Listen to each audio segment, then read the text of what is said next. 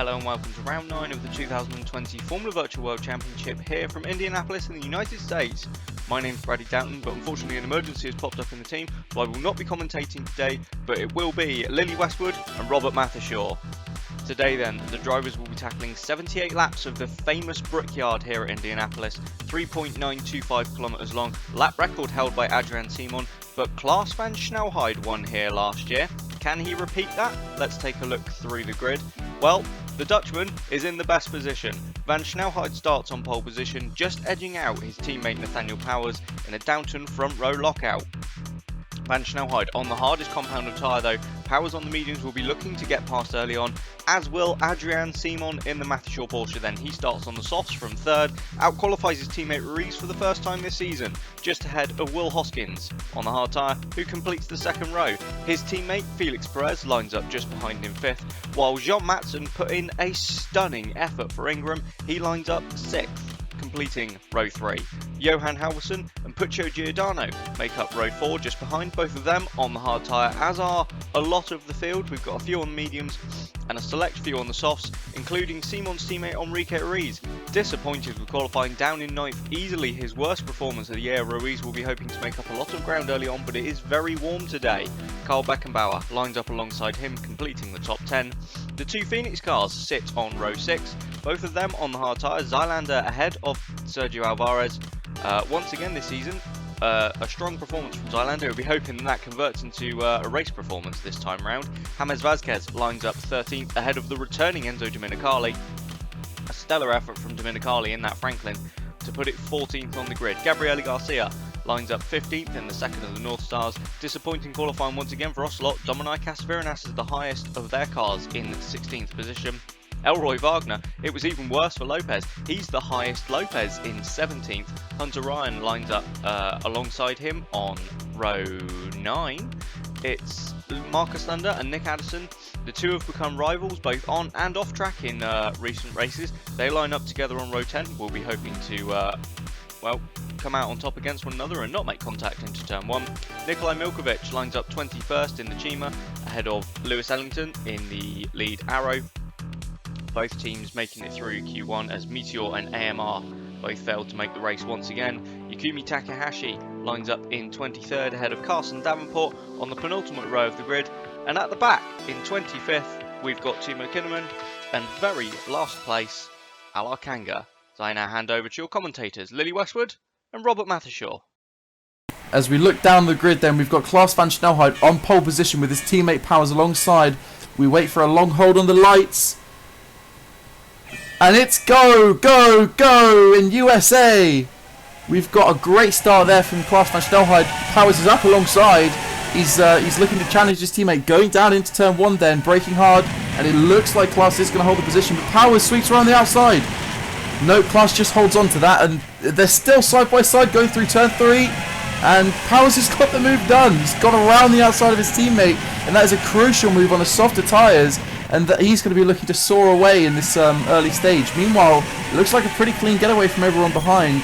Ruiz managed to clear the Westwood of Giordano in front of him, which again will be really important. Wow, that was some pretty tense stuff up front. Yeah, absolutely fantastic start there from Nathaniel Powers. I think you're absolutely right. It's crucial that on the medium tyre compared to his teammate's hard tyre. He's now got to go. He's got to get the hammer down and absolutely make that gap before the first round of pit stops really, because quite a long pit stop here at Indianapolis, and with the higher temperatures, I think we're in for a race of attrition today. Indeed, anyone who's being forced to make more stops than they have to is really going to be punished here today, because we've got a lovely shot of that beautiful livery that we'll be bringing up at some point in this race. As they come round then to complete lap 1, it's Powers leading his teammate Klaas by just under 7/10. Simon in 3rd position, hounding the Dutchman, with Perez and Hoskins keeping a stone's throw away in 4th and 5th. As there's a move there as Ruiz looks up the inside of Halverson. Very late move, brakes locked up, gets it done around the outside of 2, gives him the inside into 3. What a phenomenal move by the Brazilian. Oh, it's not over yet. Oh, it's not done. Wow. Fair play to the Dane there. I did not expect him to come back like that. Very well done.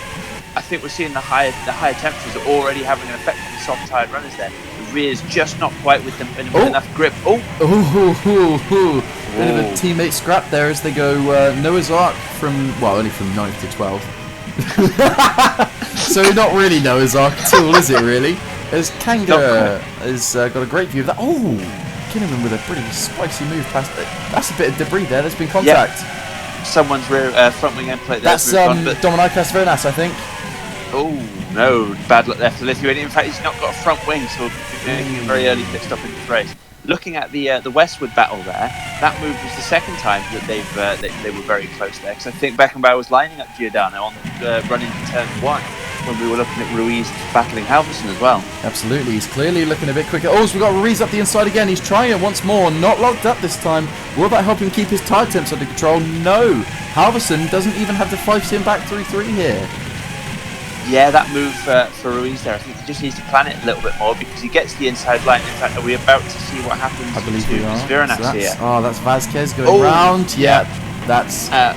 absolutely pile drived into the Ingram there. Yeah, that's really unfortunate.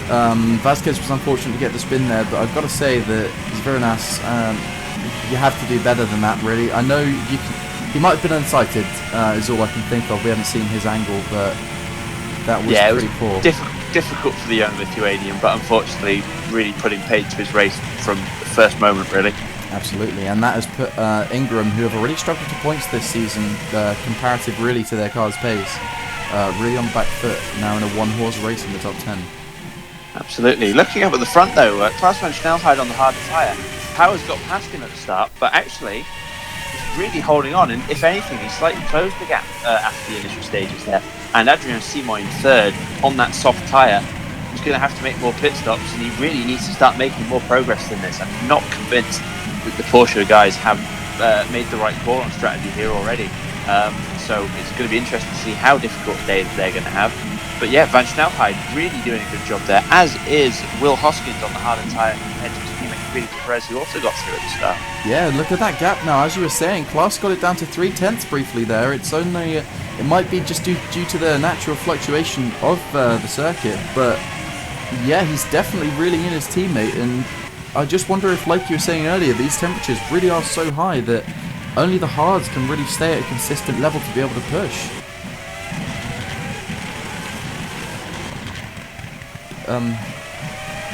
Yeah, absolutely. Looking at the tyres and the temperatures that we're getting into today, I think something of interest might be watching Timo Kinnaman, who has already, in fairness, got up to 20th from 25th on the grid, but he is on the extra soft tyre, so I anticipate that the pit crew at Chiba will be seeing an awful lot of Timo Kinnaman today. Have they even provided enough tyres for that strategy?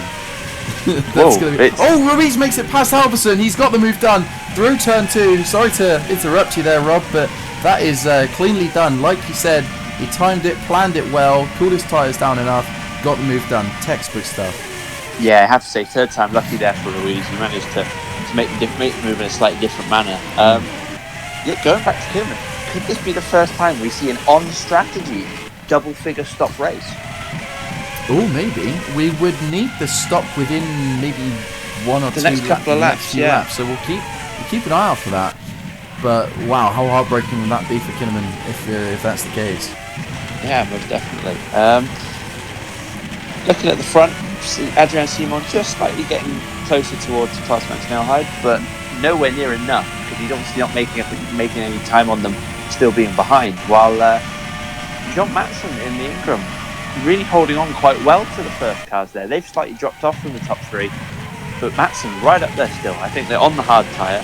Depending on how these temperatures play out, Matson could be on for an incredible result. Absolutely. I don't think I could have worded that better myself. They have shown some strong pace in the previous races, but here, like you say, they're just right on the back of first, and it's going to be interesting to see where that goes. Something else that's interesting here is Alar Kanga. Obviously a poor qualifying performance. We have grown accustomed to that from the Estonian, but he's still stuck in that quagmire down at the back, just not able to make a single move besides the 2 pit stops.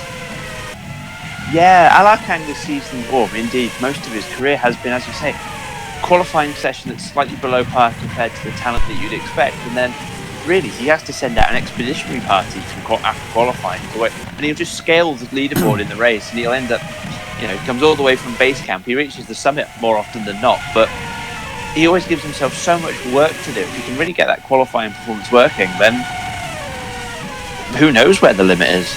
Absolutely, yeah. Because obviously we have seen a few examples where Kanga has qualified well, and it's massively paid dividends in the race. And I don't know whether it's something where he struggles to get the tyres switched on, whether he's just not that good, kind of, because you get drivers who will be quick over one lap once they're dialed in, but it's just whether or not maybe he just can't dial in quick enough to get that sheer one lap quali, like that quali lap in. Yeah, I think you're right. I think he builds up to a good lap, and he builds up his pace, especially during the race. You know, keeps out of trouble on the first couple of laps, really gets himself into a rhythm. Obviously, in qualifying, you don't really get that opportunity. You've got the fresh tyres, you've got to make use of them as soon as you're out on track. So I think that's exactly what it is. I think he's just quite soft on the tyres, but also he just doesn't quite have that one lap pace out of the box to build himself up to it. Absolutely. And speaking of warming up the tyres, I think C1 might be doing that a little too much. Through no fault of his own, but it's been getting very sideways in the last lap or two, and it's probably an distinct lack of grip. Yeah, although Klaas has lost a few tenths this lap. We've got a yellow flag in the last sector. That's Kinnaman, and Kinnaman with there's a wheel. That's Takahashi. Yeah, that's a real shame there for the Arrow driver. Yeah, is it Yakatak? I don't really Yakatak. know. Yakatak, isn't that a yogurt? But yeah, Timo Kinnaman appearing to spin there, and then, well, I'm assuming that it's Kinnaman that spun with Takahashi with nowhere to go, but unfortunately that's the Japanese driver's race over for today. Another race in which the Arrow had both cars make the race though, so progress definitely coming there from the German team. Absolutely. Well, of course they received their mid-season report card grading, and they were quite surprised to obtain their C grade of passing, but in my opinion the Arrow team has been doing everything it needs to do in its opening season. That no more, don't get me wrong, they've not been overachieving, but no less by any stretch of the imagination. They've come into the sport. It's so easy to like we saw it with Andromeda, so easy to overextend yourself and try and get stuck in your first season and not think long term. Oh, here's the replay then. Oh, there we go. Yeah, Kinnaman loses the rear end, takes too much curb, and unfortunately Takahashi, well, nowhere to go. I think it was similar to Viranas, not really much in the way of space to move into there, and unfortunately, yes, a lot of the cars today coming back onto the power, really lighting up the rear tyres and getting the rear end out, just showing the raw power that a lot of these cars have, combined with the hot temperatures. It's making a pretty leery driving. I just wonder if, because correct me if I'm wrong, but I was under the impression Indy is quite a front limited track. Yeah, it is to an extent, but I think we've seen it all season, and indeed like last season with this formula. The sheer amounts of power combined with a little bit of a reduction in rear grip from the rear wing has it just makes the cars really entertaining and interesting to drive for the drivers, and it translates really well with the on-track action as well. But and it's something, and I think it's something that we will retain with. It's been announced in the past couple of days, the new regulations. Yes, indeed. I'll have to pull it out because I can't remember the specifics. But narrower cars, taller wings. Yeah, so in general we've got the narrower track width, or the narrower width of the car, the track width, which means that you should be able to get a bit more stability in the high-speed corners, and combined with the fact that if they're smaller, it means you might be able to get a bit more side-by-side action. Other than that, the aero's slightly refined. The large triangular barge boards that we have on the current cars will be replaced by something more akin to the 2015 car, with the smaller barge boards but larger turning range. So, yeah, it's an evolutionary design. It's somewhat of a hybrid between what we had for the first era of the new regulations in terms of the platform that we use and the current car. So it's going to be really interesting to see how it goes. One of the things that I do like particularly about it, though, is the new nose shape.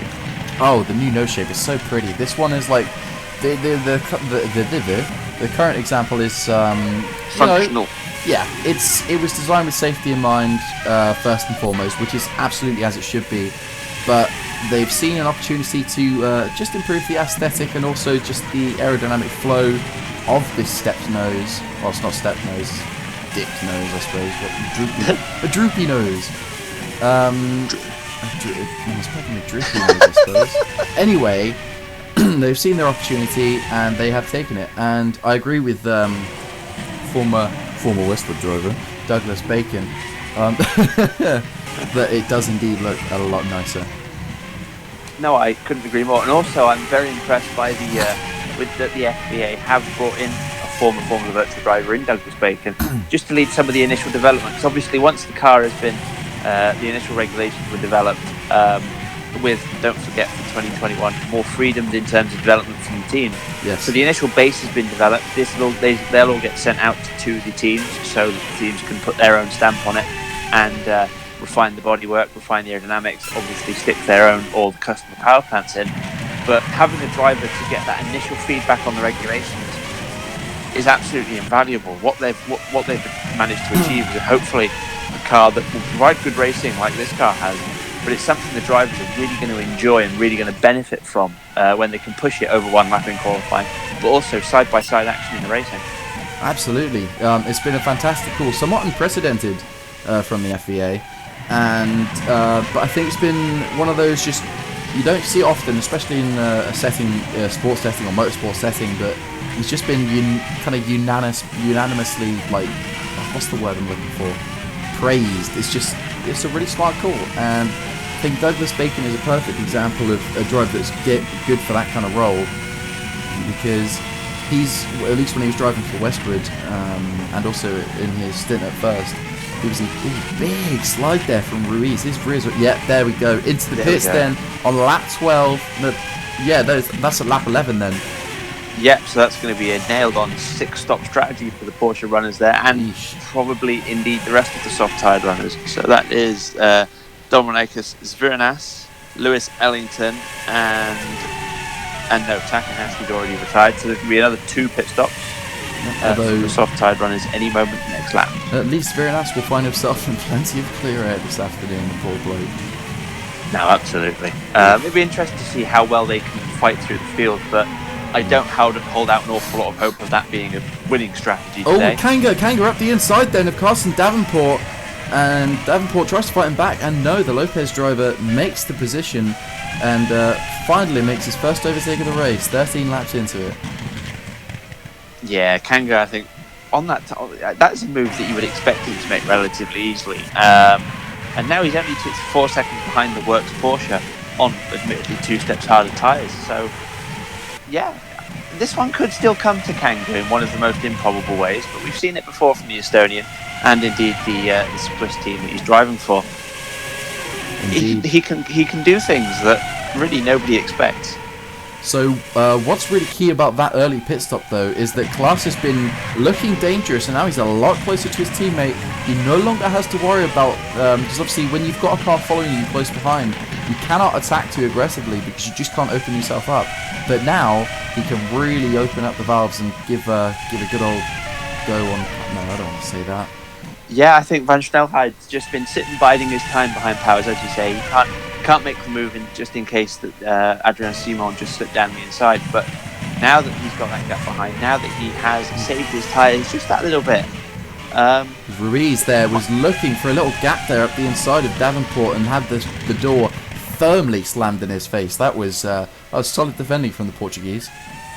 Yeah, I think that the Downton customer team there really getting the orders from the works team.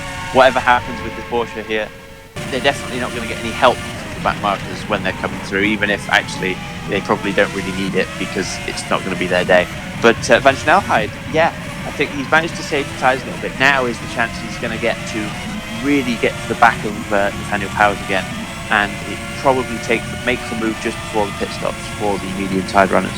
Oh, Ruiz is going up the inside into the final section. There's a bit of a Mickey Mouse section this, but obviously they can't just carry on around the oval. He's got it done!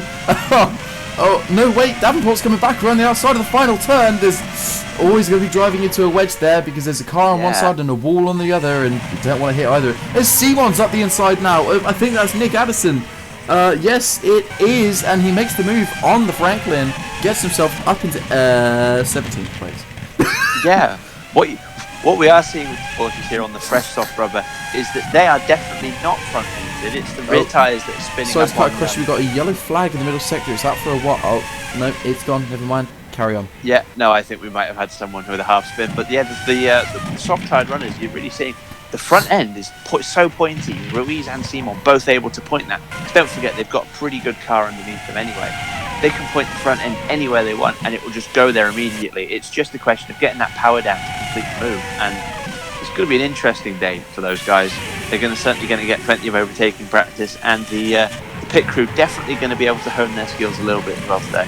Yeah, it's going to be fun for the drivers because, I mean, who doesn't love making overtake upon overtake? It makes you feel like you're the fastest driver in the world, which, you know, a lot of these guys probably are considered to be. But, well, we've got Simon, sorry, making another move here. No, that is Simon on Thunder around the outside into turn one, lands to the late breakers and just swoops around the outside. Now that's Lovely a pretty stuff. good move there from the Frenchman. But yeah, Adrian Simon with the fastest lap a couple of laps ago. And is that Ruiz making a move on Yes, Kanga? it is. Good spot. So Kanga Yeah, then. this is great work from the Porsche drivers, really maximising the potential of what is undoubtedly, with the higher temperatures than certainly the Porsche team was expecting. I can tell you that from our strategists meeting. Oh, and it's a half spin from Hunter Ryan, I believe. Yes. In front of Milkovic. Yeah, he's done well to collect it though. He's only lost the one place. Oh, as we've got, that's ended in tears. Thunder. He gets the place though. Yeah, and wow, it was always gonna. He was just driving into a gap that wasn't there really. You could see he was kind of there, but you're always gonna have to yield in that situation. Yeah, Addison trying to take the Indianapolis rallycross circuit there didn't quite have the space to make the move. No, and then he decides to go back to his rallycross ways. And yeah, so excellent for Kangaroo Davenport. Oh, that's Wagner up the inside of no, that's Milkovic around the outside of Wagner.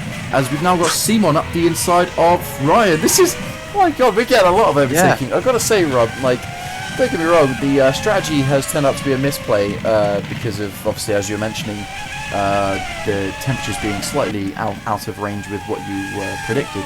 But you've given us at least half the overtakes just from your soft tyres alone, so I appreciate that. Thank you. Yeah, I know that Adrian Seymour doesn't quite appreciate a move for 50th place as he would a move for the win, but I'm sure he's more than happy to be leading Enrique Ruiz on the road. All moves matter. I'm not going to poke that bear, actually. I don't fancy it.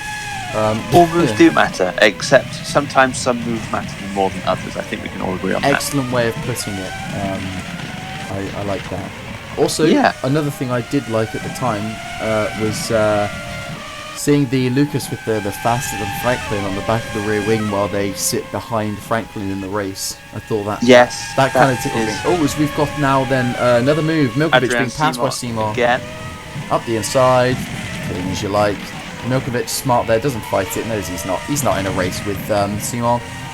No, if anything, Milkovic now needs to sit in the wheel tracks of Adrian Seymour and let Seymour drag him up to Elroy Wagner in 13th place and everybody else above. So, yeah, Milkovic, one of the more sensible midfield runners today, I think. Definitely, yeah. He's well, because we all know what this track has a reputation for, and Milkovic can know that too. He's what, 34, 33? Yep. Something like that. Yeah. He's been around since what, 2014. He's been around the block. He knows what to do. As we've got maybe a run here, Klaas up the inside of his teammate Powers. He's on the inside line, and he's braking late at the Powers. Powers tries to hold around the outside. They're going to go side by side in turn 2, and Klaas takes the lead of the race then into turn 3 on lap 19. Then that's pretty big. Then Powers not being able to make that gap has cost him dearly. Yeah, absolutely fantastic move there from the young Dutchman. I think what we're seeing now is those medium-tired runners, they're just running out of tyre, and the hard-tired guys have managed to hold on close enough that now that the tyre's gone, I wouldn't be surprised to see Powers in this lap. I certainly wouldn't be surprised to see him in his next lap if he doesn't pit this time round. It's going to be interesting to see whether or not Hoskins and Perez have a similar battle before they pit. I'm just wondering if maybe Downton might try and hold on for a couple of laps, try and slot into that gap in front of Simon and behind Wagner, because it's ever closing, but they can't afford to get stuck behind the likes of... oh, no, they're in now. You're absolutely right. Why am I trying to talk over an engineer, hey? Look at me, the dumbass. So we've got then Felix Perez, we've got Nathaniel Powers, both medium-tired runners in at the end of lap 19, so their tyres really well let go. It seems to be quite a sudden drop-off of grip. Absolutely, I think you're right. I think Powers will probably come out around 13th or 14th. So Perez, a few seconds behind, might be mired all the way down in 17th or 18th. So going to have 3 or 4 cars more to pass, which means that he's going to lose out on Powers relative once he's tried to get past all this traffic. Oh, Rob, I've just done some maths. That's the whole story. Any of the medium-tired runners that have been able to carry on this lap, if they can do it for the rest of their stints, they can make a 3-stop. But anyone who's pitted this last lap is going to be just about consigned to a 4-stop. Yeah, so that's going to be... So Powers and Perez both pitted. Beckenbauer was in. No, Beckenbauer wasn't in. No, Vasquez was in, I believe. No, Vasquez, to be honest, is probably out of the running. Wagner pitted, I believe. Are both of the Phoenix boys on hards? Both of the Phoenix drivers are indeed on hards, so they're looking really good for a result today. Yeah. And Indianapolis, you said that some of these drivers know full well what happens. I think John Matson will know better than most what happens to Ingram drivers at Indianapolis. They find themselves in, what's the opposite of a spot bother? Heady heights at this point. Yes, nice, I like that. Dizzying heights in 3rd place. When's the last time oh, hang on, we've got a good run here from Powers. Powers up the inside then. Oh my god, this is on Simon. I wasn't paying attention at all. Simon then defends on the outside. Can't get that inside line. Powers gets squeezed onto the apex there by the Frenchman. 2 former world champions going wheel to wheel. And, they're still side by side going to the middle sector. No, they're not going into the middle sector, but they are going side by side. I think Simon's going to hold on. No, Powers goes around the outside, which switches to the inside of the second part of that chicane. Now Simon's got another run on Powers going down into this next corner. What absolutely fantastic action from 2 of the veterans of Formula Virtual there. Powers and Simon obviously both know each other very well. Simon's soft tyres starting to go off again because they're not due in the pit lane again that long. So yeah, Powers and Simon, they both know where each other are going to put the cars. They've had enough side-by-side action to know that by now. Absolutely brilliant move from the Downton driver, but really respectful driving between the two to go around effectively half a lap of this circuit, side by side. Absolutely, both giving an inch but neither taking a mile. That was fantastic stuff, and that's the kind of racing that we just love to see, like as close as it gets without making contact and ending in tears. Most definitely. And it's a great illustration of the tyres working in this series, just how we want them. That soft tyre did drop off a little bit, but then we're going to see the medium drop off in a similar way. And I think, to be honest, with the hard tyre runners, if there was an extra hard, the extra hard would be using it right now. Definitely, yeah, because obviously the harder you go, the harder you've got to work to actually put that temperature into the tyres, which just makes it just a more consistent compound. But with such a high ambient and track temperature today, I think you can just keep on adding hardness. And I think you just keep on getting results. And it is swelteringly hot here. I'm not going to lie, I'm sweating one out on the booth. It's not. Oh, absolutely. I mean, part of that is due to the stress of running the team in such a position as we did from yesterday. I'm trying to really word that carefully so that commentators curse ourselves, but... Well, it would appear that today my curse has not been commentators' curse, but just being really poor at strategy. As Powers, that's the fastest lap then, a 1:08.6 as Perez has the run, looks up the inside of Seymour, lines up pretty nicely, textbook last of the late breakers, just, there's a big sideways moment, but he just swoops around the outside and those, there we go. There's me trying to call it before it's over. There you go. I think that has just proven my point about drivers respecting each other's boundaries absolutely perfectly. Felix Perez, slightly newer driver to the series, less experienced at the front end of the field as well, certainly compared to somebody like Nathaniel Powers. Hasn't raced with Adrian Simon that often yet. No. Doesn't quite know the limits of it, so he's a little bit less pushy, pulled back a little bit early. and Adrian Simon taking full advantage, using all of his wiles there to really just maintain his position for as long as possible. Yeah. And this is really not what Perez needs if he wants to be battling Powers and the other down drivers. Definitely or drive not. that. Obviously, Felix Perez taking his maiden victory and the team's maiden victory back in Silverstone 4 races ago. As, sure enough, Simon was looking very sideways through the lap as he popped into the pits. And who was that popping in behind him? That will be Enrique Ruiz. Oh, of course, the 2 Mapachur Porsches running a line of stern now. In the number 58 Brumos tribute, as opposed to Adrian Simon in the signature number 59 for this race. I suppose we can talk. Well, it's a good spot here to have a little mention of that livery, because I won't lie, I don't know necessarily the kind of historical connotations of it. I'm not too familiar with motorsport across the pond. As just real quick note before I do that, Domenicali running in 10th position. How nice on his Doing return an to Formula Virtual. Brilliant job. I mean, we've seen that from news articles and from his interviews that this is very much Enzo 2.0. Hasn't quite grown the beard, hasn't quite had the porridge, but indeed, really doing a good job here in the Franklin. I think that he's going to have to be, everybody involved is going to be very happy with the performance he's putting on so far. And on the hard tyre, with some of the medium runners still in front of him, it could still get better. Yeah, I think he's in for a seriously strong result here, and definitely one of those to watch. Touch wood. Sorry, Absolutely. Jamie, if something happens to him, it's not my fault. Blame Bradley, because he isn't here. I know that was a weak point. I didn't even believe in it when I made it. Yes, so I don't really understand the historical connotations of this livery, but what I can say is it looks lovely. It looks so nice. Well, thank you very much. So, one of the things that we've got with Porsche this year is a kind of strong link to the motorsport history of the brand and indeed motorsport in general. So we've seen a couple. So the livery we usually use, the red livery, is a throwback to Bob Akin's. Sorry to interrupt, as we just got Ruiz making a tidy move there around the outside of Hunter Ryan at turns 1 and 2, and lifts himself up into a heady 19th place.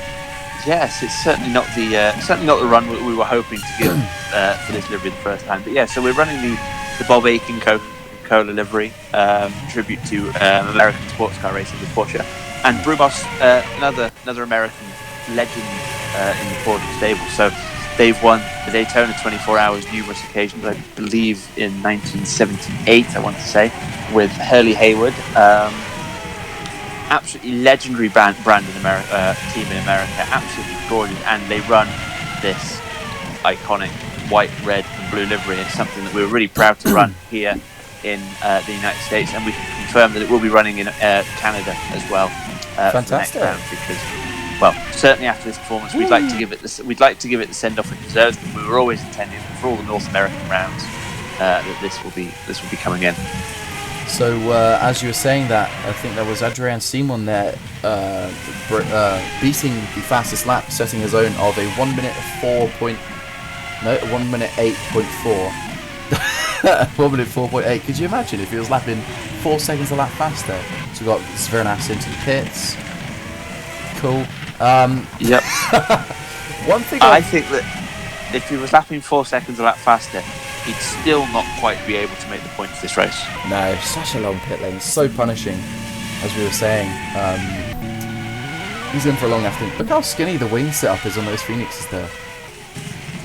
It's quite slim. They're definitely looking for... Do you know what? Zyla, oh, here we go. We've got... Oh, that's not a move. Yeah, it is. That's Domenicali defending from Perez. Wow, look at me not... Wow, if I say look at me one more time.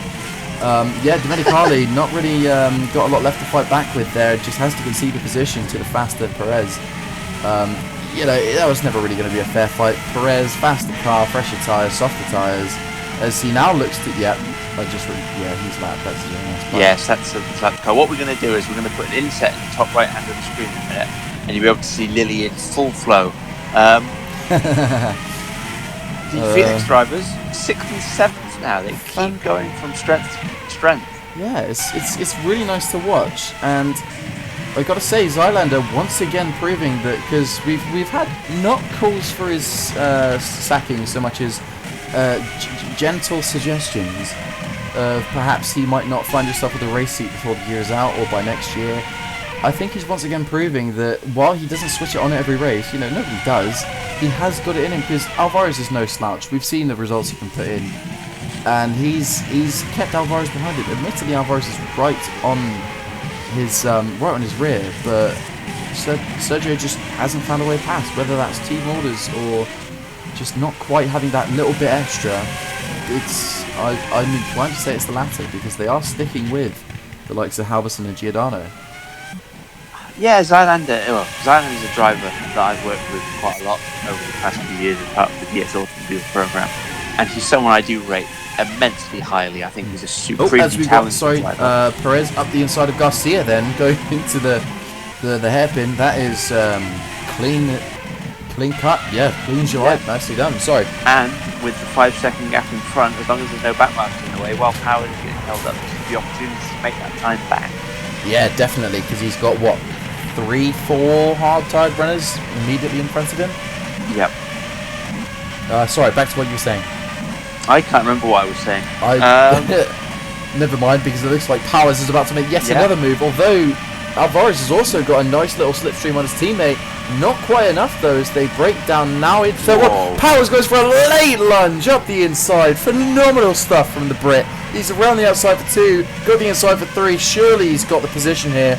Alvarez holds it around the outside, and for 4, it looks like Alvarez is going to drive back around the outside.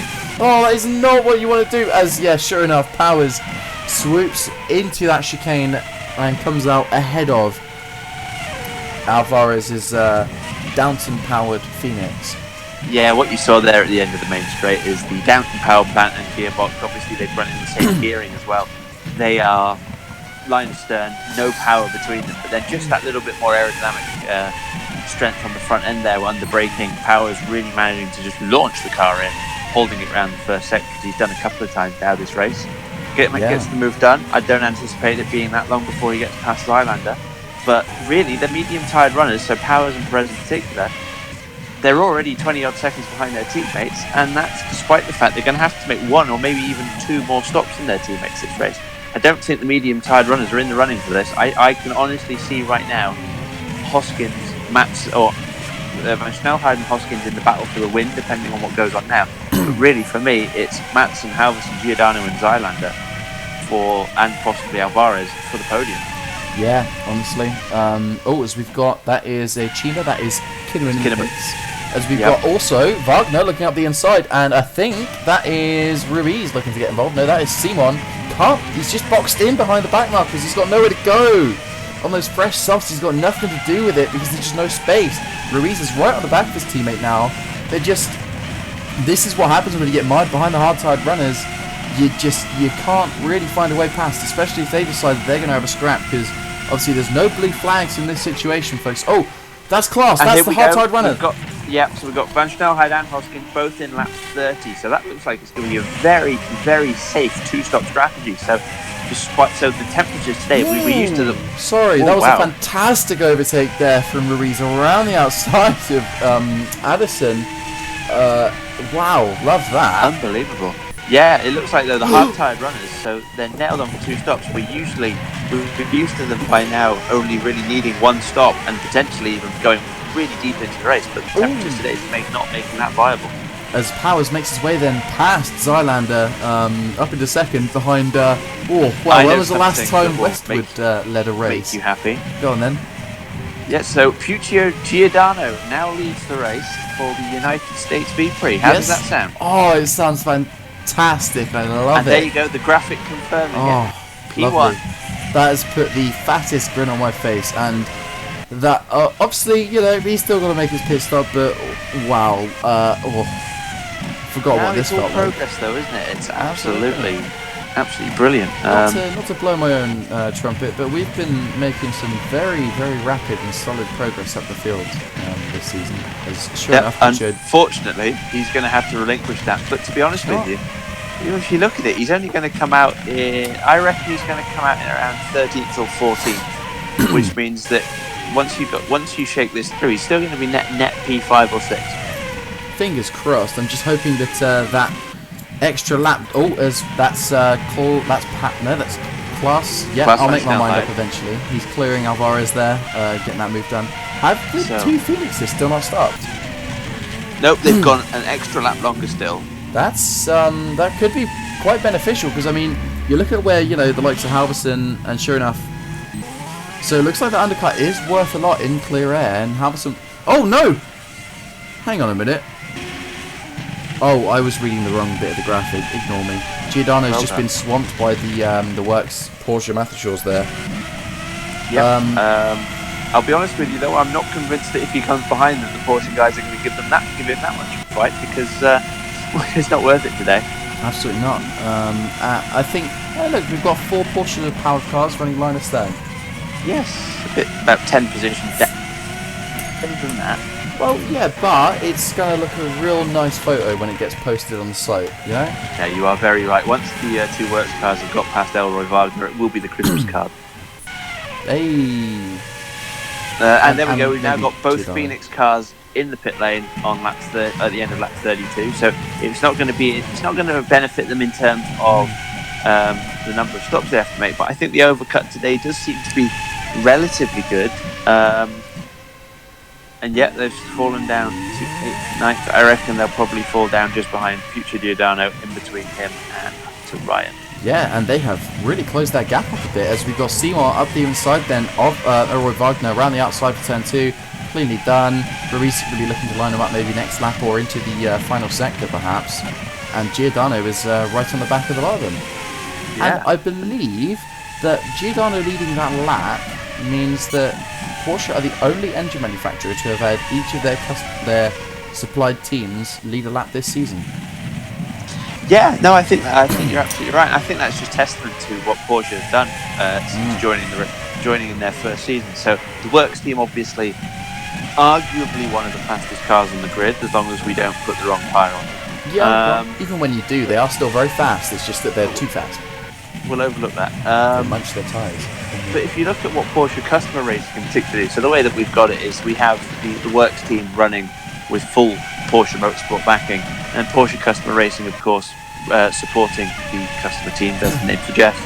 So you end up with Lopez and Westwood both getting. So they both have ostensibly exactly the same. In fact, here we go. We've got Enrique Ruiz making the move, hopefully down Elroy Wagner. Nice. But you have the. Sorry. Oh, there's a bit of contact there. There's a sideways moment for the Brazilian, the defending world champion, currently mired down in 10th place, and Wagner holds the position. This isn't what it says in the script at all. No, not quite. But Porsche customer racing really giving their customer team support and the advice, technical support as well. We've got Porsche engineers in both teams working with them, and I think it's paying dividends. There are a lot of they're beating the works cars for many manufacturers in most cases. So I don't think in season 1 you could be any happier. No, this is the only snag in the tail I would say is there's no secret of the fact that Porsche have suffered more unreliability than most. I think those are just the generic teething issues that you get when you do enter a new sport as an engine manufacturer. It's a bit of an unknown quantity. You've done it all in theory. You've done it in the workshops, in the labs. You've done all the testing, but nothing simulates the vibrations of the curves, changes of direction, the actual real loads and stresses that these parts get put under. Yeah, I think to start with in testing we saw quite a lot of reliability issues, but in the races it's not too bad, and it's certainly getting better now because I know that back at Weissach they have run a lot of time on the dyno, and also they've been doing a lot of pit stop practice for the back at Le Mans with Porsche Matheshaw, which is a really good job today. Nice.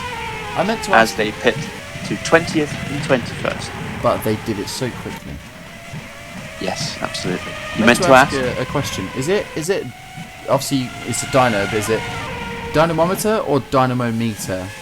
Dynamometer. Good, because someone in my class used to call it a dynamometer. I hated it. I despised it. Interesting approach. I can kind of see his kind of logic breaking down the word phonetically, but English isn't a phonetic language, which I had explained to me today by my brother. So that's I like it. Yeah. Very good indeed. And speaking of very, very sideways there for the Downton boys through turn 3 as they hit that curb hard on the chicane. I was really about to say they absolutely munched that curb. The suspension takes an absolute bashing through there, and again through there. Like, to be honest, the curves don't look that high. They're a bit misleading when you hit them, and then and then you hit it, and then the next one, and every single corner sideways coming out. It's an absolutely spectacular bit of driving. Now, the Grand Prix circuit previously, it's been the little brother of the Super Speedway that we've got here, that runs with the Indianapolis 500 every year, but honestly, it's one of the circuits that produces the best racing for Formula Virtual, and yeah, long may it continue. I think one of the things that breaks my heart about the US is that it's such a big country and it has so many good tracks to offer, but they only ever get a chance to host one V-Prix a year, or in F1, only one Grand Prix a year. A lot of people don't like COTA, and I will admit it needs resurfacing and needs being done properly. But I think the actual layout itself is really nice. It's challenging. It's aerodynamically challenging in the high speed, the medium speed. It's got the long straights to really test how much your car can stretch its legs. Got a yellow flag in sector 3, so I'm going to shut my mouth about that. No, it's gone again. So I back think again. Oh, We've got, hang on, Giordano up the inside then of Elroy Wagner. The Lopez team, which won the opening round, is under attack here from what is rightly considered to be the slowest Porsche team, and there he goes, past into 8th position. 7 seconds off his softer-tired teammate, and yeah, he's going to be looking to make quite a gap on the Phoenix boys now that he's got that gap. That move done, I meant to say. Yeah, that'll benefit Giordano greatly. To be honest, going back to what you were saying about the American circuits, I would quite happily have 9 or 10 rounds in the United States. There are so many good circuits. Indianapolis, you've got Daytona. Like, if you're going to restrict yourself to road courses, the Daytona road course, you've got Sebring, you've got Watkins Glen, Laguna Seca on the west coast. Just so many good racetracks. I think these FV cars around the corkscrew would be quite phenomenal. I've got to say, the way they ride the curbs and everything, and the way that the drivers really aren't afraid to just chuck out the inside. Wow. Yeah, we could see some, and then consider somewhere like Daytona. You get up onto the banking and being in the infield section. That run, we did some testing during the winter with the Porsche around there, and some of the speeds they attain are absolutely incredible, and it's just a sight to behold. Now we've got Zarlander going around the outside at turn 2 on Wagner, while Alvarez is under attack there from from Zvirinas.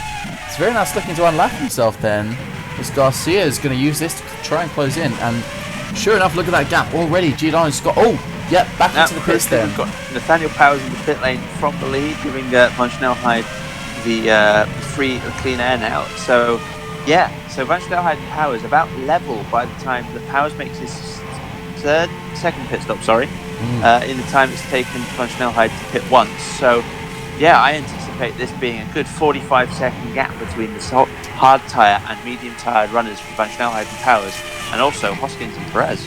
Yeah, it's really not looking too good for the medium shop runners here. And crucially, I had a really good point to make. Come on, come back to me, please. Come on. While you think of that, I've got a theory here. I think that all the teams thought that the softer tyres, in comparison to each other, were still going to be the best tyre, because Hoskins and Van Schnellheid are on the hard tyres. Forrest around the outside of Wagner there as Zvirinas unlaps himself from the German. Sorry, I'm I saw a bunch of action. I got real there's stuff going on.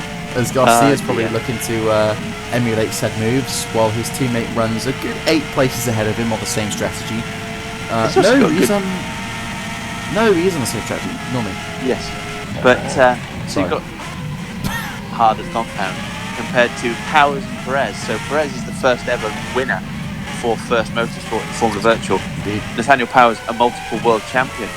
I'd say that maybe what we were seeing here is that the medium-tired runners were the ones that were supposed to win, and the hard-tired runners were the ones that were taking the punt. But to be honest with you, the hard tyres really doing the job here.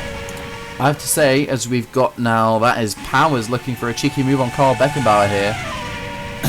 He's got the inside line going into turn 1. There should be a nice cozy move. You would have expected Carl to try and make it a bit harder, as he has. He's tried to squeeze the former world champion onto the apex, but no dice, as Powers just sides through on those fresher tyres. But I can say for a fact that I went for the medium tyres as the prime strategy and the hard tyres as the contra. But it's kind of turned out the opposite way round.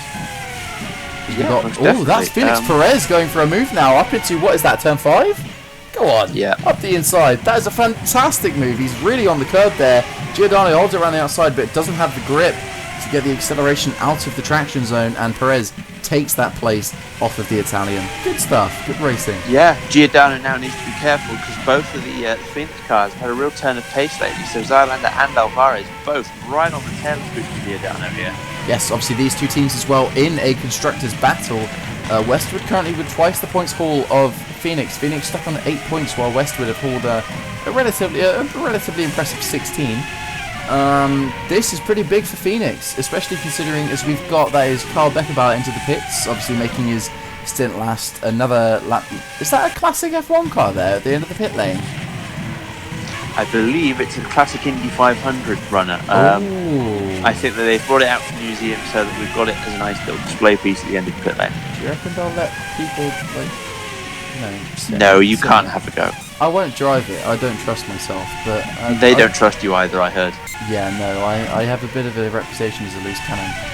No, I think that although I was about to say that they might let a certain American race driver into it, but actually well, no, that certain American race driver I was thinking about actually will be on the Formula Virtual Grid for the first time in 2021. Oh, let's talk about him. Oh, hang on, in a moment we've got. Now it's cleared. We're fine. Cool. Brock Kidd making his debut in Formula Virtual, coming off what is an extraordinarily impressive career in Indy Virtual. So he's the champion of 2018 and was third placed in 2019, having won the Monaco 250 against drivers such as Nathaniel Powers, Enrique Ruiz. So he's proven his mettle wheel to wheel against some of the top names in Formula Virtual.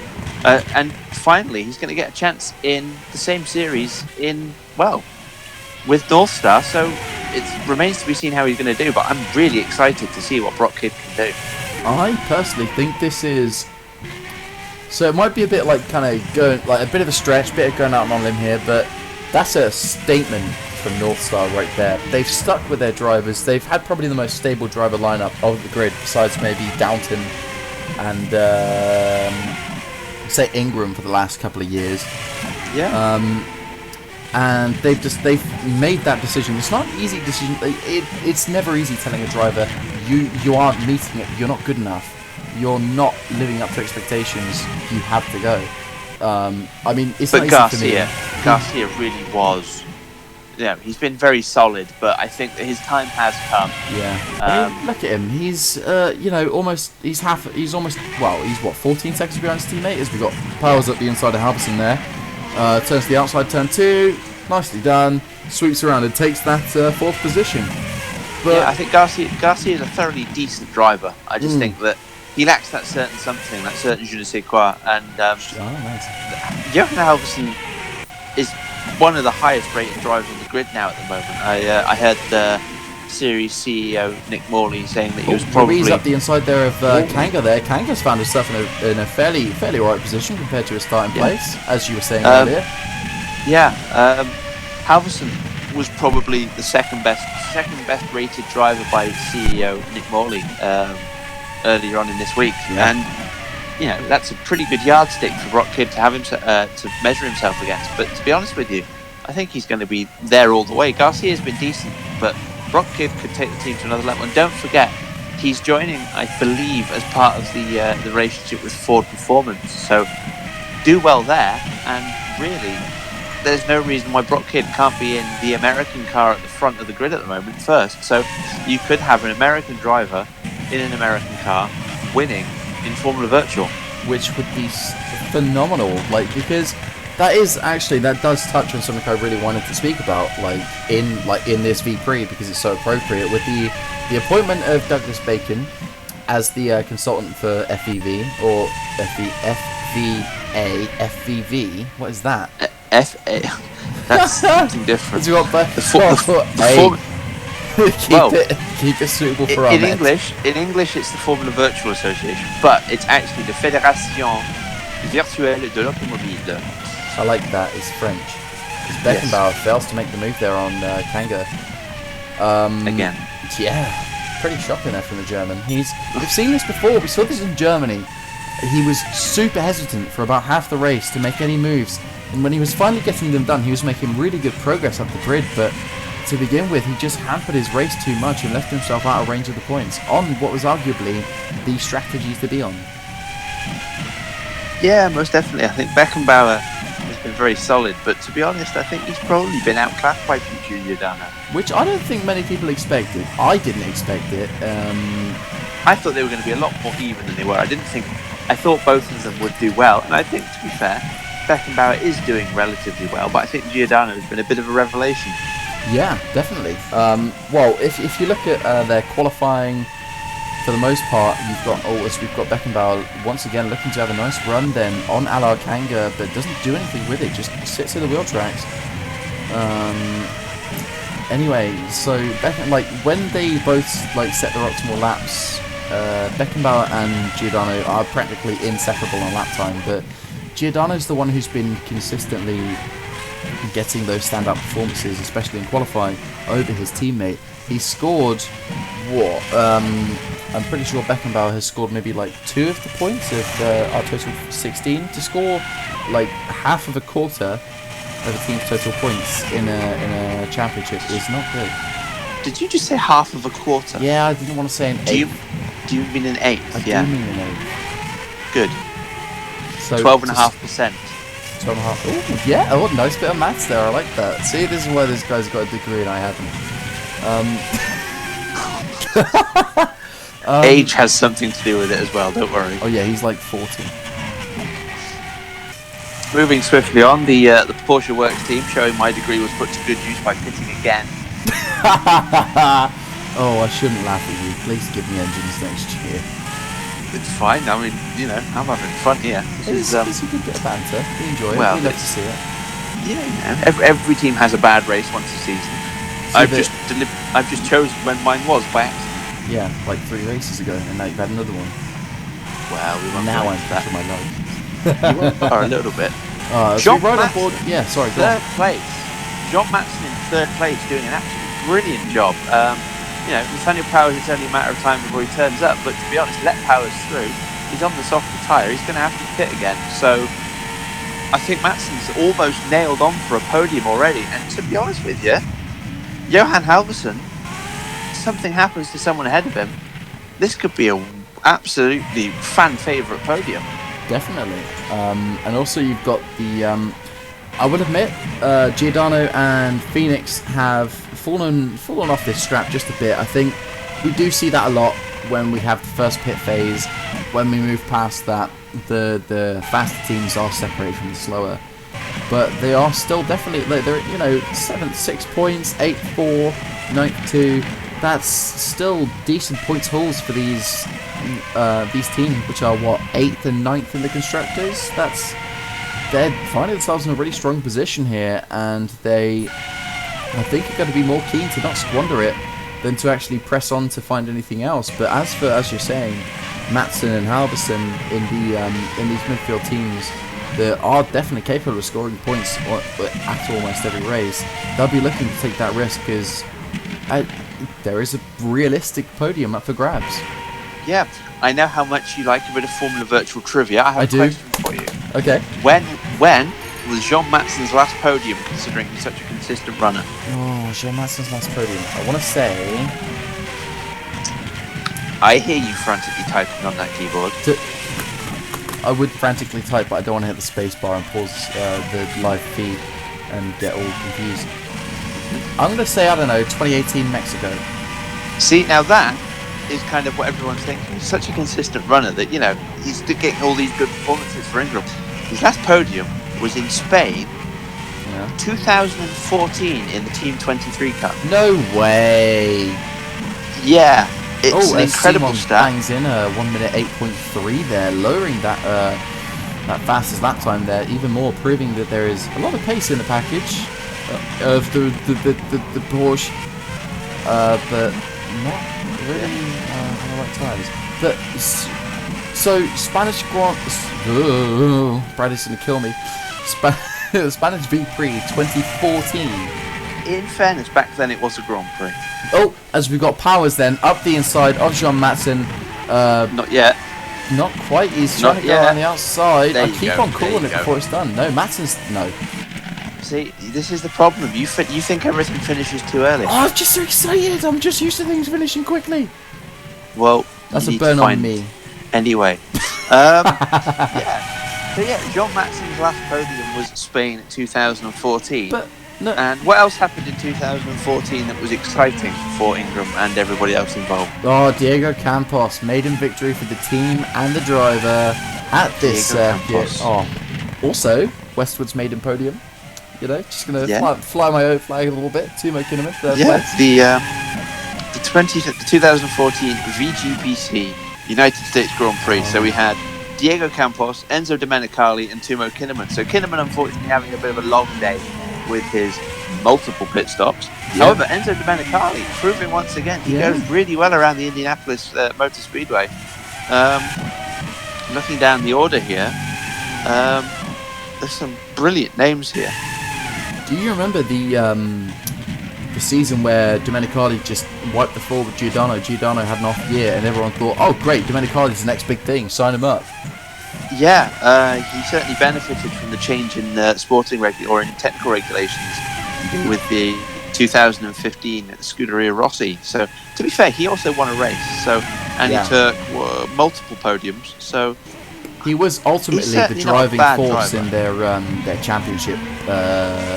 What's the word? challenge. Campaign challenge, either or. Um, Against Yeah. the team that's in view now, Franklin. yeah, Very nice. it's wonderful how many stories you've had over the years now as we enter.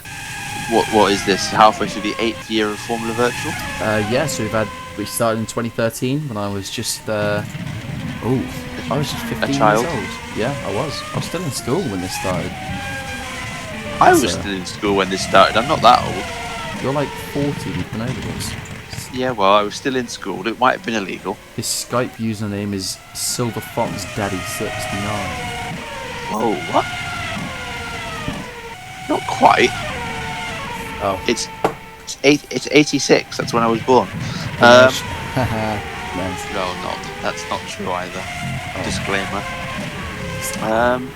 So we've had 4 drivers lapped so far, and the next 2 drivers to be lapped, depending on when the pit stops occur for everybody. So we're expecting the hard-tied runners in maybe 10, 11 laps time.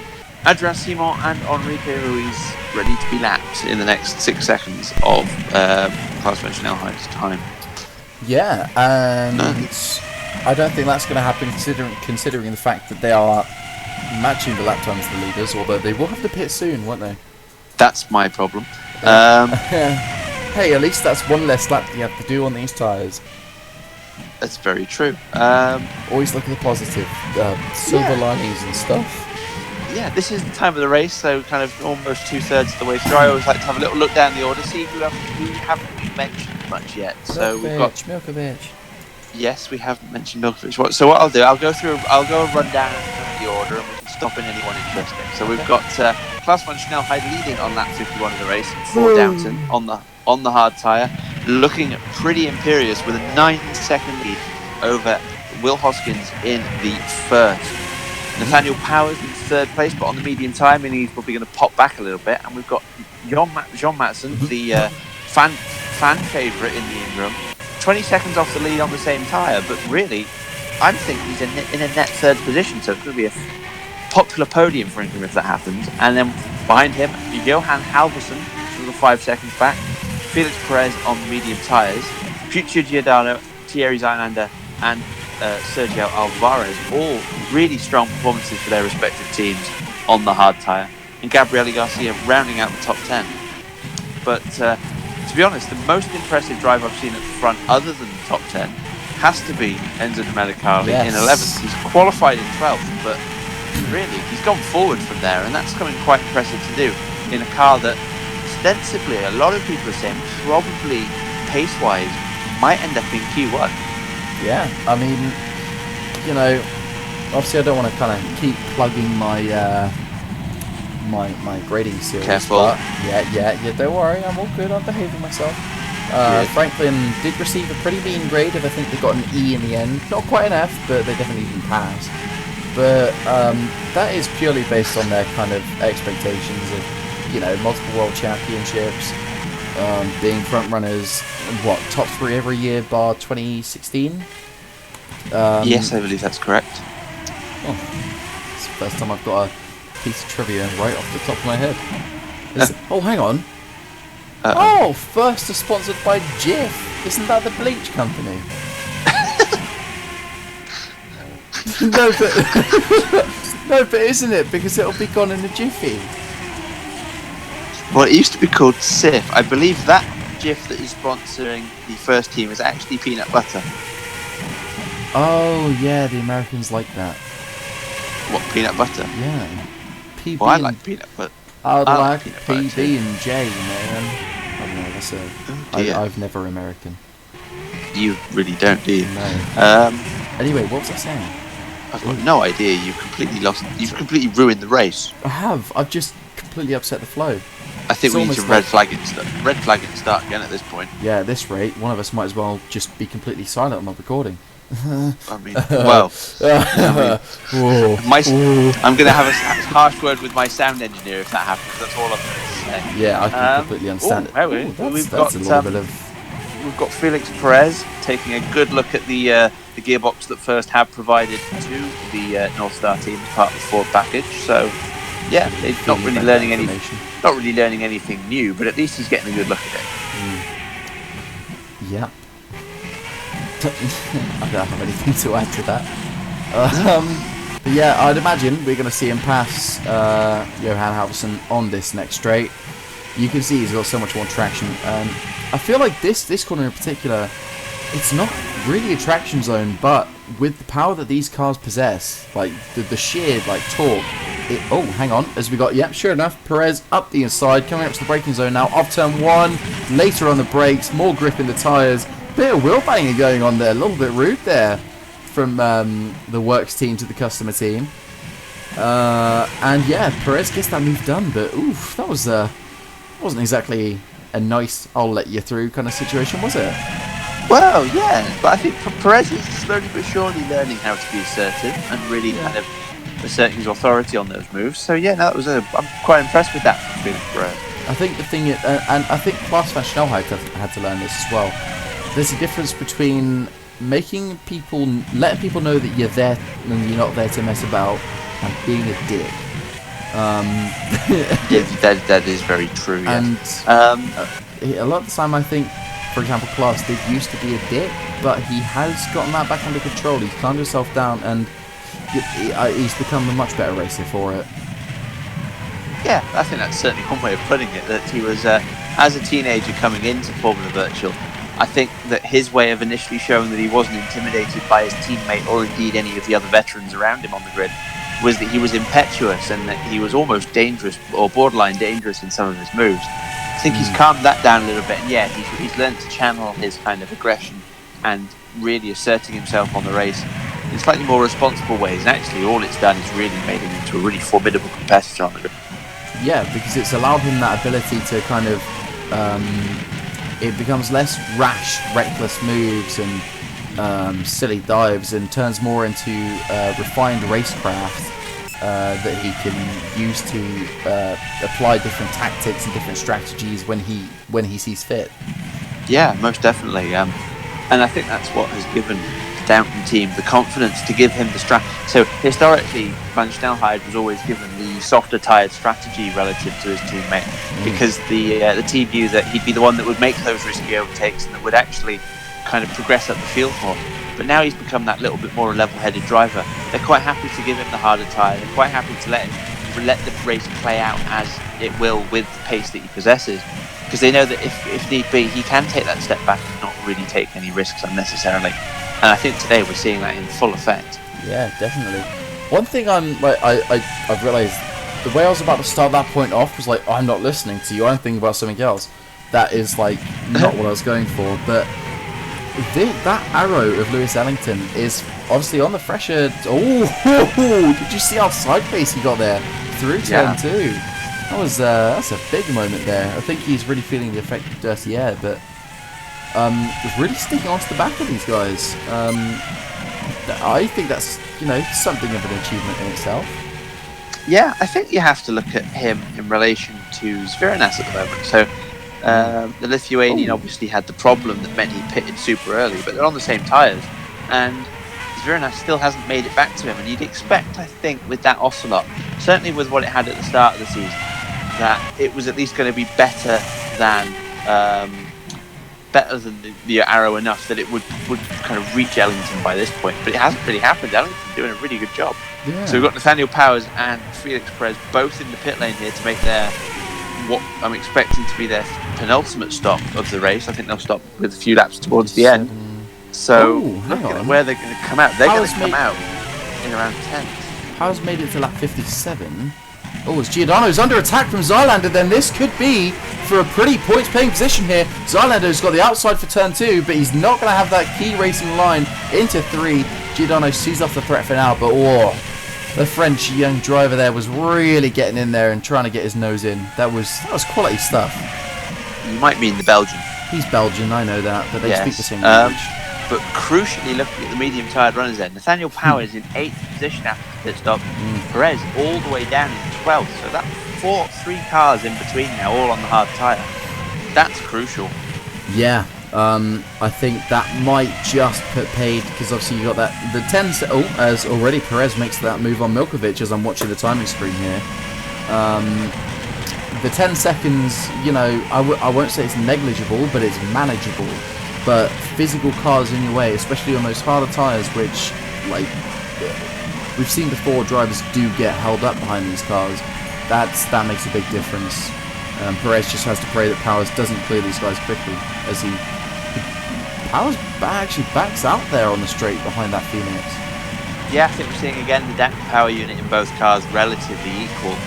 It's just Powers has to make it work in the corners to really get there and get the drive off the corner exit. Which in turn, with already these really front end, sharp, pointy cars, does no favours for his rear tyres at all. No, absolutely. So Elroy Wagner in the pits on the medium tyre as well, so they've managed to go a lap longer. But I think next up all we really need to see now is the hard tyred runners make their final stop, and we'll see where, relatively speaking, the medium tyred runners are going to slot in once they've finished their pit stop cycles. Yeah. So we were expecting the hard tyred runners in any lap now really, so maybe the end of lap 60, end of lap 61, depending on the pace of the car relative to the rest of the field. So yeah, this is we're reaching one of those stages of the race where things are about to shake out big time. Yeah, definitely. It's time for all the strategies, some of the strategies to converge, as again Powers has got that initial run, but just seems to, obviously, as you say, top out at the same rate as Alvarez. Both drivers getting a really tasty tow there. Sorry, my bad. I'm a professional, okay? Look, I've had a couple of races out. I'm doing what I can. I see. Beckenbauer hits the pits. Didn't make any progress that stint. Don't think he's going to be a challenger for the points in particular this race. I think Westwood have found ourselves in a one-car race. Here we go. Will Hoskins in the pits on the hard tyre. Oh, here we go. End of lap 60. But Klaas van Snelheid, crucially, hasn't stopped. No. But I don't know why he wouldn't, because he's not going to find himself in any dirty air. No. That's... Yeah, it'd be interesting to see whether he comes in next time round. But Madsen and Halverson both pit as well. Yeah. So actually, even Madsen and Halverson, who have sometimes been borderline on extending a stint out a lap compared to the top teams. Look at that. Yeah. Giordano, Zylander, Alvarez all carry on further.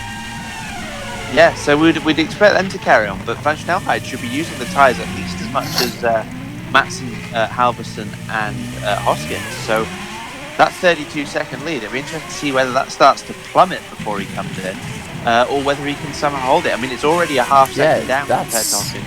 As Van Snelheid looks like he's probably been mired in the traffic of Nick Addison, who has just pitted to move out of his way at least. He is rapidly losing time. He's okay. It's kind of going up now. No, there you go. He's gone round another lap.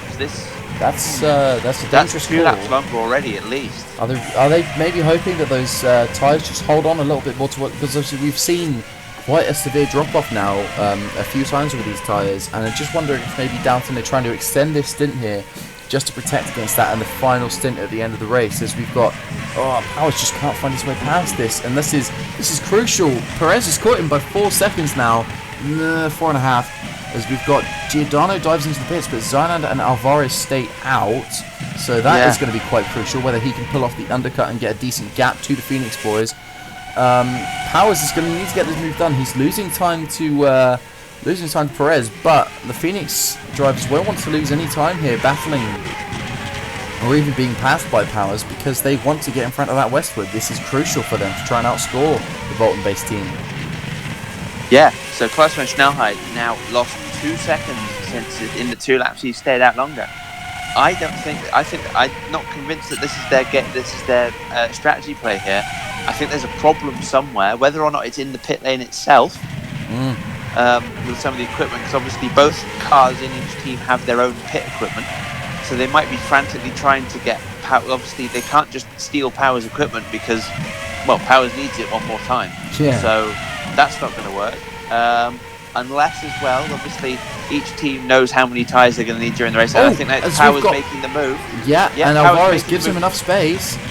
I think Alvarez might just around. Nope, there you go. Powers around the outside. Great move though, but it's taken an awful lot longer than Powers would have wanted.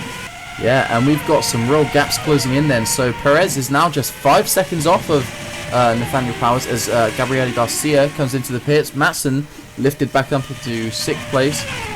That would be, what, a net 4th behind the top 3? Yeah, obviously that's where 4th is. That was a real Murray Walker moment. Probably net 4th by the top 3. Okay, right, now there's a yellow flag in sector 3, but there you go. Van Snelheid spun in the final sector, so Van Snelheid there lost 10 seconds there. Right, that's not good. He hasn't has gone the in the pit. pits, he's gone past. No, he's gone past the pit lane again. I think there's a problem. I don't think we're going to see Van Snelheid in the pits again. Right, so he comes in and he's just going to, hits the curb, loses the rear end. No traction left on those tyres. But if he hasn't pitted by now, he has another opportunity to pass the pits after this incident. That's it. That's well, I don't think we're going to see Van Snelheid in the pits for one reason or another, unless they can really sort out what's going on. I was going to say that each team knows how many sets of tyres they're going to need for the race, at least roughly.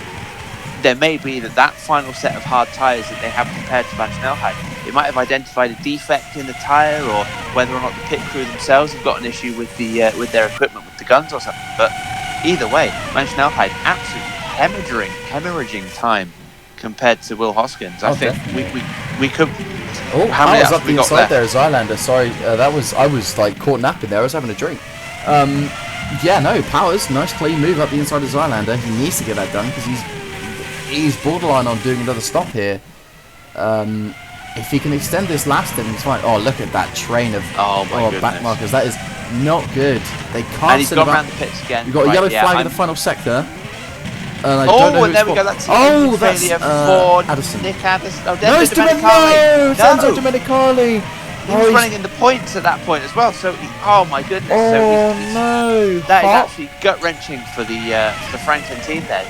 That looked like a brilliant chance for the returnees to get some points on board, but oh no, that's absolutely devastating. That is heartbreaking then for Enzo Domenicali and indeed all of the boys in the Franklin garage. That is such a good weekend and such a good return. Like, because especially when you've had, because I believe he had surgery, Enzo Domenicali, as the two Phoenix drivers do indeed hit the pit lane on lap 64 then, as Wagner is pressuring Klaas now, trying to get himself unlapped, but right, Van Snelheid here, so we've got 13 laps of the race left and a 16-second gap to Hoskins.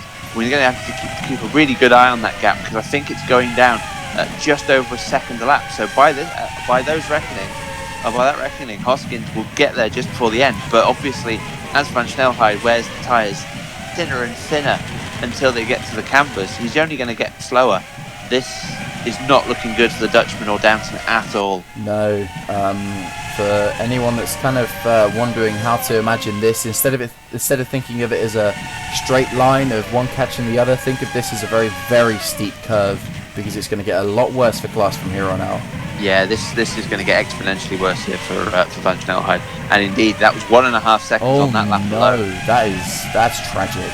Yeah, and the problem here is it's almost worse than it being an engine failure or something, because this is just going to be prolonged agony. They're going to watch and see how far he drops.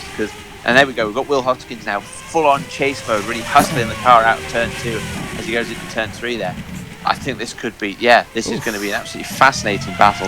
And obviously Powers now as well, got a bit of free air on the softer tyre. And if Van Snelheid has got as much of a problem as we think he has, Powers is all that's left. He really needs to get a move on. Yeah, obviously they won't be really under any threat, the Constructors' Championship from Mathershaw, but this is... Yeah, oh, and there we go. Van he's round again in front of Simon. And this there with the and there's a yellow flag in sector 3 as well. Yeah, so that might be a glitch. That's the right front wing end plate there from Van Snelheid, but again hasn't pitted. There must be something wrong in the pit lane as well.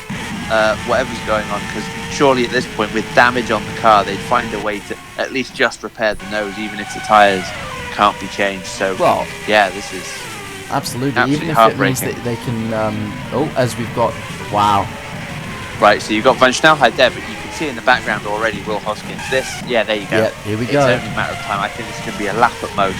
So they've got the back marker of James Vasquez in between the two of them right now, but it's not going to stop Hoskins. I think we're at any moment now we're about to see First take the lead at their home Grand Prix here at Indianapolis. Yeah, it's really nice though. I have to admit, I do think it's quite nice to see an American team leading an American V-Prix. We've not seen it before, and you know what? They got their first win earlier this season, but Will Hoskins has been a part of that project for a long time now. No, he hasn't. I just remembered, no, he hasn't at all.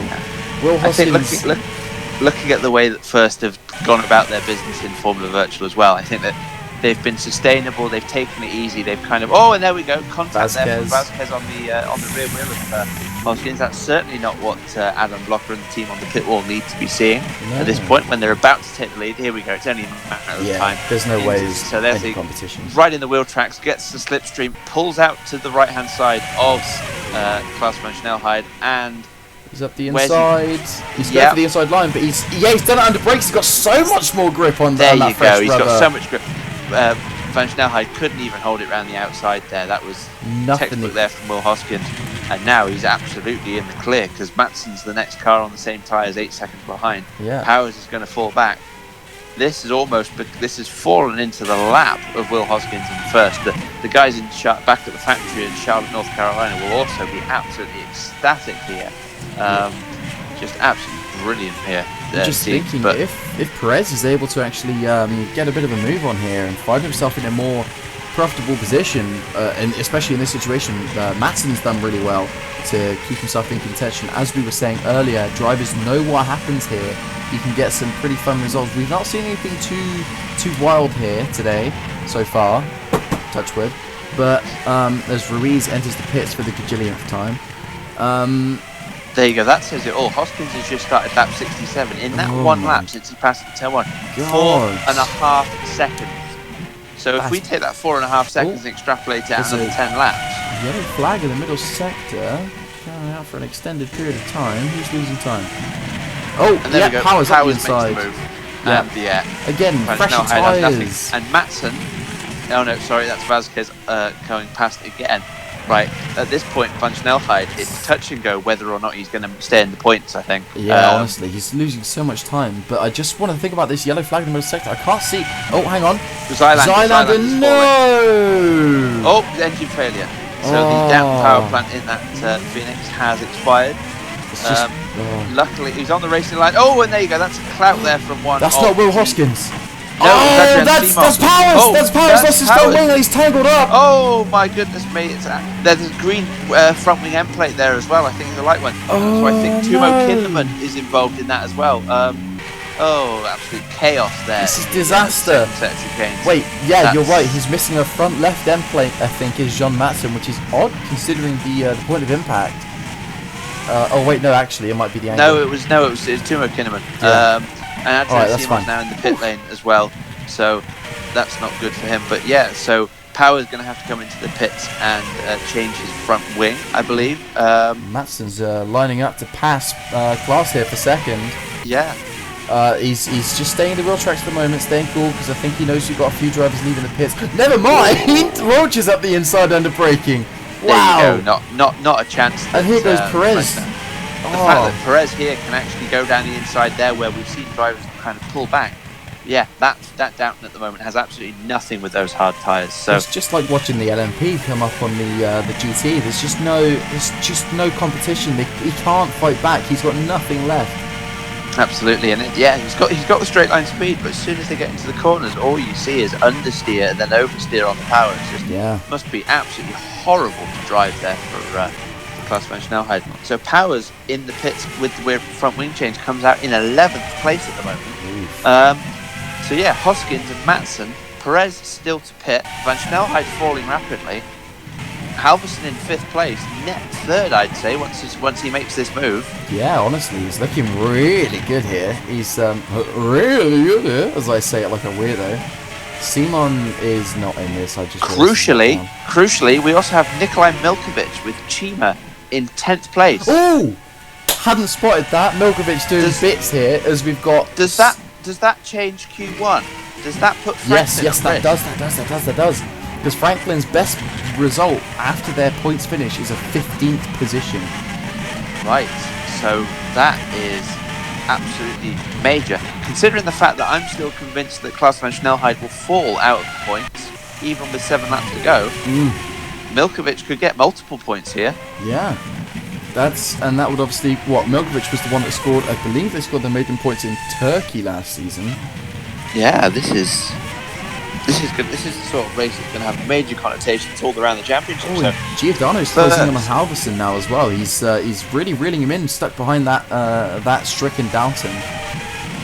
Yeah, absolutely. So first in the lead, that's going to be at the moment first another yellow major flag. points. What have we got? There we go. Oh, that's Kangaroo. As Perez gets around Matson, he takes advantage of the yellow flag. He's just gone clean around him. You shouldn't really be passing in front of broken down cars, but he's done it, and he's got the move done. Yeah, I think he got it just. He managed to slow down enough, but not too much, and then got it on the way out. But Alar Kanga there with a spectacular combustion from the internal combustion engine there. And external this has brought Alvarez into play. For the fight with Halverson for a potential 3rd place. Yeah, oh my goodness! So, let's go. Yeah, wow, just so much to watch at the moment in the final stage of this race. Chaos really being enacted from Klaus van Snelheid here as well. Like he's been causing these trains, and then everybody behind him in the train is one of them every now and again spins or has a problem. Gets caught up. And it's just cascaded down the grid. Yeah, absolutely. And it's been horrible for certain teams, but it's been fantastic viewing. It's real close now. It's gonna get. This is either gonna get real spicy or end in tears, or both. Yeah. So now we've got a yellow flag in the middle sector. Interestingly, Halverson has been stuck behind Klaus van Snelheid for about 3 or 4 laps now. Can't make the move, but has been dropping the same amount of time that Van Snelheid has. So it appears that the front end of the aerodynamic grip of that down at least still provides. And then we have Carl Beckenbauer somewhere in the weeds at Speedway turn 4 by the look of it. Yeah, slightly disappointing. To see what happened there. But he's so far off the track it wouldn't. There it goes. Some sort of Halverson under brake. Sorry to cut across. He's gone up the inside of Klaus into turn 1. Easy as you like. Well, not easy as you like. You were stuck behind it for a while. That was textbook move. And Garcia's now. Here we go. So this is the there you go. Yeah, rear brake failure there. He's not quite as far off the circuit as it looked from the first camera angle. No, I will say that looks certainly not fun. No, obviously reaching speeds of up to 200 miles an hour. These cars, they want to know that they can stop properly. Yeah, that was Code Brown for Carl Beckenbauer there. But a bit of a disappointment. Westwood running in a double point scoring position before that happened. As Garcia up the inside then, coming into the final sector of Sergio Alvarez. It looks like he's going to get the move done. Going into the stadium section now. That's what I'm going to call it. No, he's not. No, Alvarez fights back. Fantastic there from Alvarez.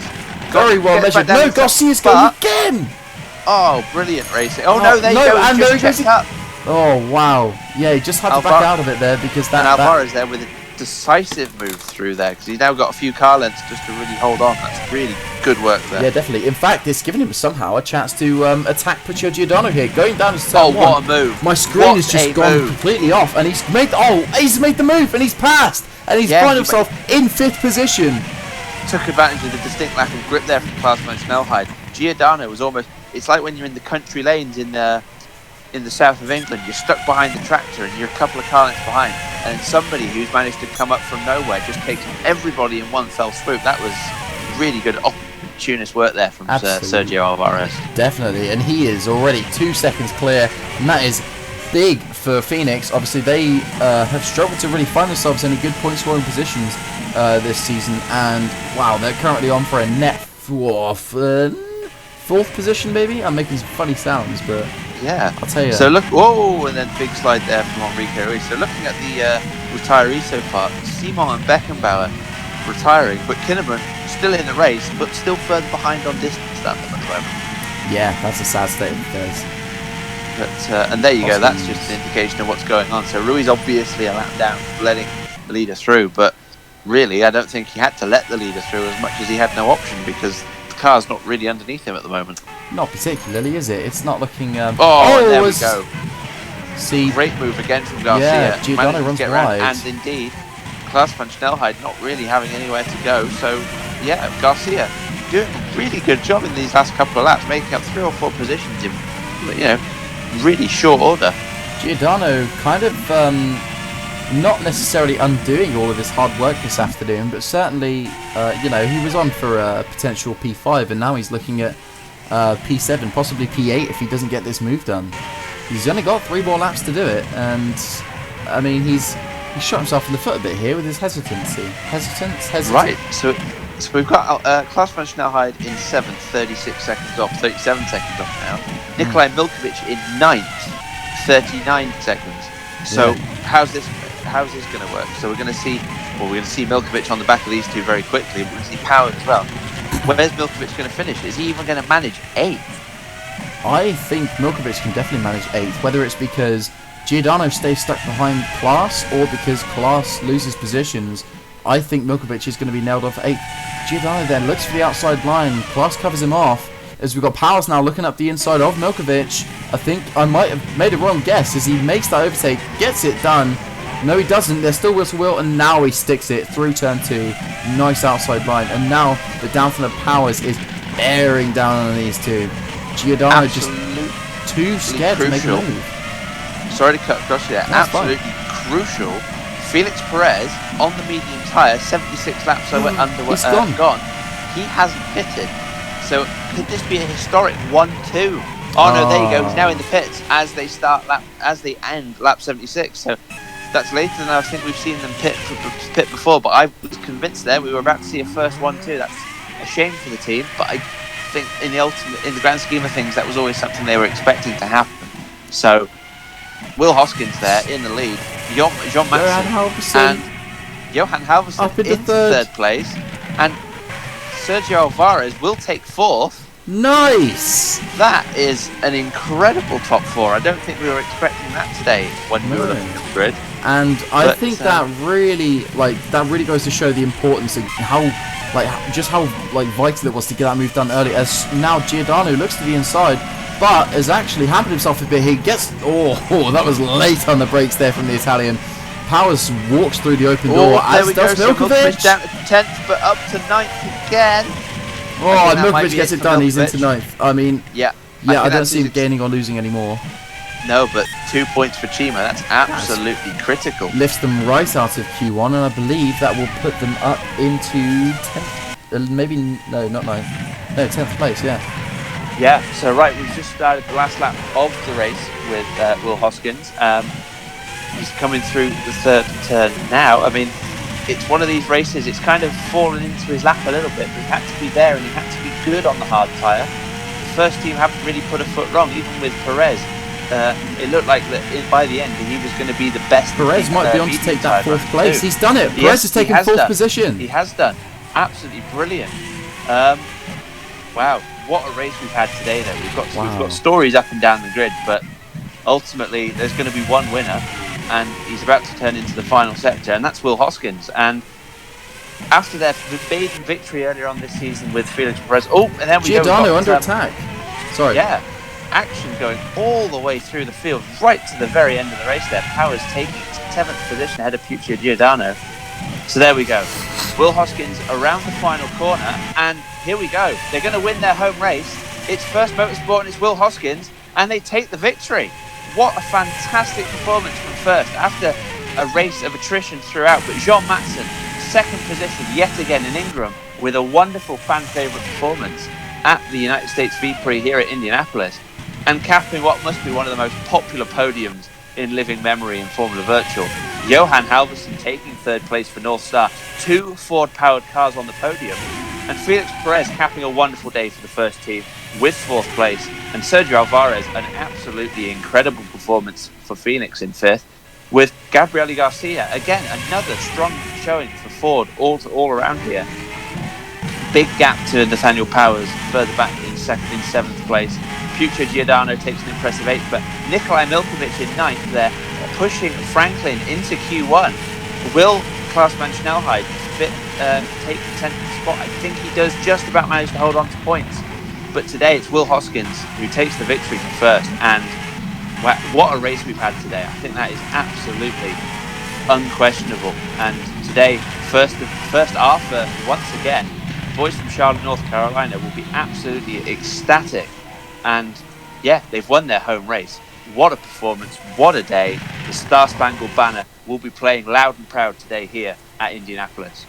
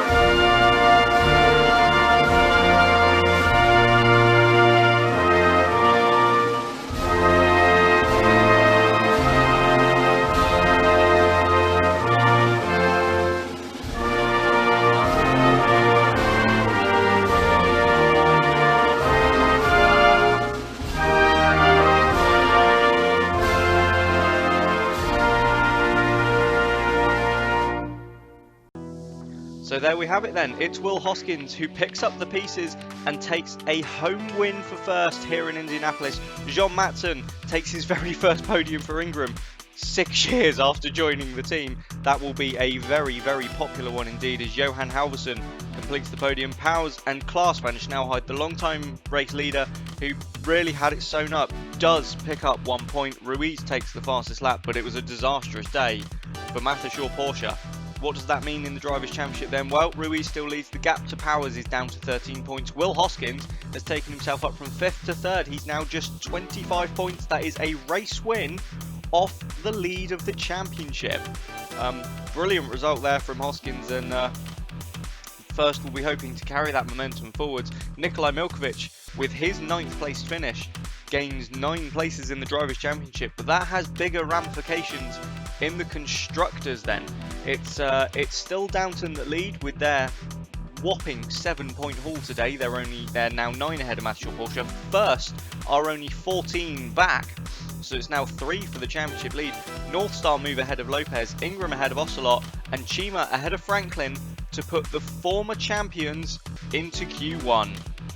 But that's all from our race here today in Indianapolis. So from me, Lily and Rob, thank you for joining us, and we'll see you next time for round 10 from Montreal, Canada.